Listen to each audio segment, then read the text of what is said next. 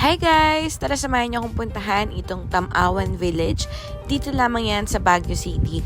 Kung naghahanap kayo ng napakaganda at nature tripping at merong art museum na ko ay highly recommend na puntahan niyo pala to.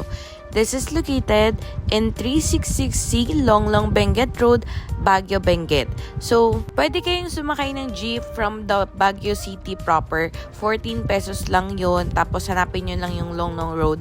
Or pwede rin kayong mag-grab or kaya taxi. Yung entrance fee pala nito is 100 pesos. Tapos marami na kayong makikita mga Instagrammable dito. Tapos syempre hindi mawawala dyan yung small hiking. Sobrang saya.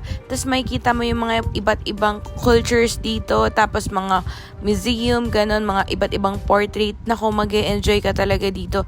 At dapat puntahan mo to at napakalapit lang pala ng Igorot Stone Kingdom dito. So, kung gusto mong kumain, open din ng Tamawan Cafe dyan. Pwede kayo